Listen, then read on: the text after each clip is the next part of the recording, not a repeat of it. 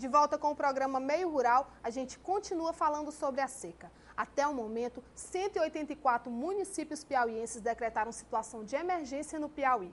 Para amenizar a situação das famílias que sofrem com o efeito da estiagem, o governo do estado vai construir cerca de 10 mil cisternas na região do semiárido, com recursos do valor de 26 milhões de reais. O projeto beneficiará diretamente cerca de 54 mil pessoas. Veja na matéria de Suzy Souza.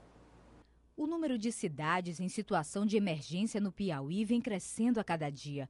Até o momento, 184 municípios decretaram situação de emergência e apenas 155 foram reconhecidos pela Secretaria Nacional da Defesa Civil, órgão do Ministério da Integração Nacional. No combate à seca, uma série de medidas estão sendo realizadas a fim de amenizar a situação das famílias piauienses. Entre as ações de combate à estiagem está a liberação da primeira parcela do Bolsa Estiagem, que é no valor de R$ 80, de um total de 400, e a operação dos carros-pipa. Outra medida adotada pelo governo do estado do Piauí, através da Diretoria de Convivência com a Seca do Emater, será a construção de 10,8 mil cisternas na região do semiárido piauiense, com recursos no valor de 26 milhões de reais já liberados pelo Ministério do Desenvolvimento Social. O projeto beneficiará diretamente cerca de 54 mil pessoas. Nesse primeiro momento, nós vamos construir, já vai servir para armazenamento utilizando o carro-pipa. E no segundo momento, quando chover, né, a partir do final do ano, aí já começa o processo como onde já tem cisternas.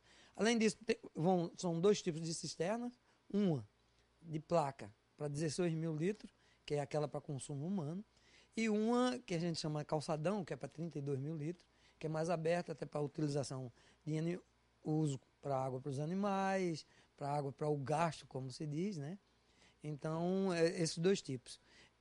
Nós já estamos no processo, o recurso já foi alocado, já tá no estado, e agora a gente está na fase de liberação desse recurso, no processo de licitação, para que a gente tenha capacitação desse pessoal que recebe a cisterna, não é só fazer a cisterna, tem que ensiná-los os cuidados para não contaminar, e todo um processo. A previsão do órgão é de que as cisternas estejam prontas no prazo de até 90 dias.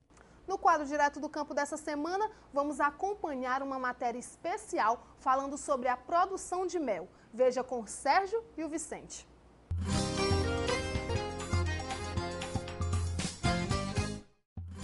Bom dia! No quadro direto do campo de hoje, nós iremos falar sobre apicultura. Vocês irão conhecer como as abelhas produzem um famoso mel. A apicultura piauiense tem se tornado um grande negócio para a nossa gente. A criação organizada de abelhas vem gerando trabalho e renda para o apicultor. Da apicultura se tem vários produtos comercializáveis, como o pólen, o própolis, a cera de abelha, o veneno que é a apitoxina, a geleia real e o principal produto que é o mel. Para falar do mel e do processo de como ele é produzido pelas abelhas, convidamos a bióloga e doutora em zootecnia Juliana Bendini. Bom, o mel é um produto elaborado pelas abelhas a partir do néctar das flores que as abelhas colhem e armazenam no papo, e esse produto, então, esse néctar, vai sofrer uma série de modificações bioquímicas até que seja estocado nos alvéolos dos favos e maturado, transformando-se assim em mel, né? O mel, a coloração e o sabor dele varia de acordo com a origem botânica, ou seja, méis de eucalipto tem uma cor característica, um sabor característico, um odor característico, assim como méis de laranjeira também e outros tantos méis provenientes da tão exuberante flora que a gente encontra no nosso país, né?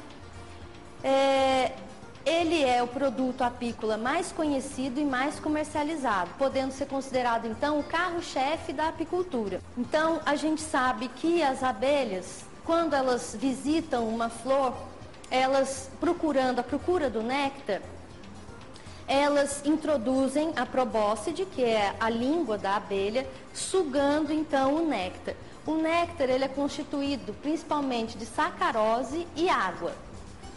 As abelhas então, essa abelha operária campeira que coletou esse néctar, imediatamente armazena no papo.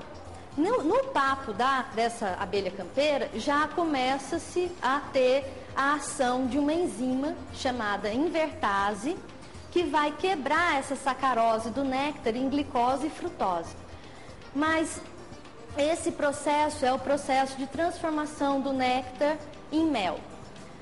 Então, a abelha operária, já com esse processo acontecendo dentro dela mesma, no papo, chega à sua colmeia de origem e passa esse produto sendo metabolizado a outra abelha. A enzima invertase desta outra abelha começa a agir no mel e então o processo é intensificado até que o produto então seja armazenado nos alvéolos, onde as abelhas operárias, com o bater das asas, geram uma corrente de ar que vai desidratar, ou seja, tirar a água desse produto.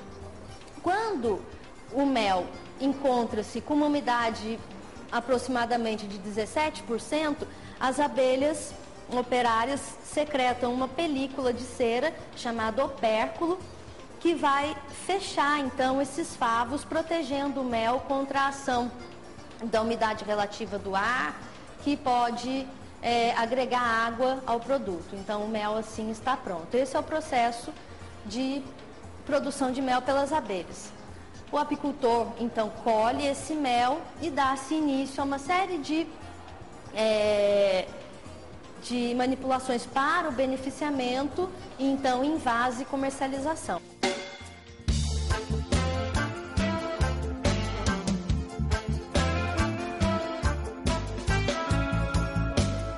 Mas para se tornar uma atividade verdadeiramente viável, não basta apenas termos condições favoráveis para a apicultura.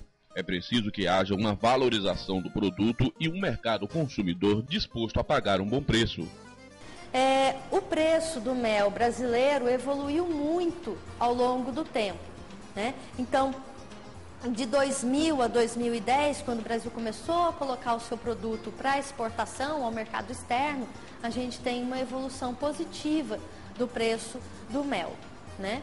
A gente teve um boom, a gente consegue observar um boom desse preço nos anos de 2002 e 2003, que representou justamente quando os méis da Argentina e da China, grandes produtores e exportadores, saíram do mercado, foram embargados por problemas onde foram encontrados resíduos de antibiótico no seu produto, né? Então, a partir desse problema que esses países tiveram, houve um embargo econômico ao seu produto e eles ficaram então por alguns anos fora do mercado internacional.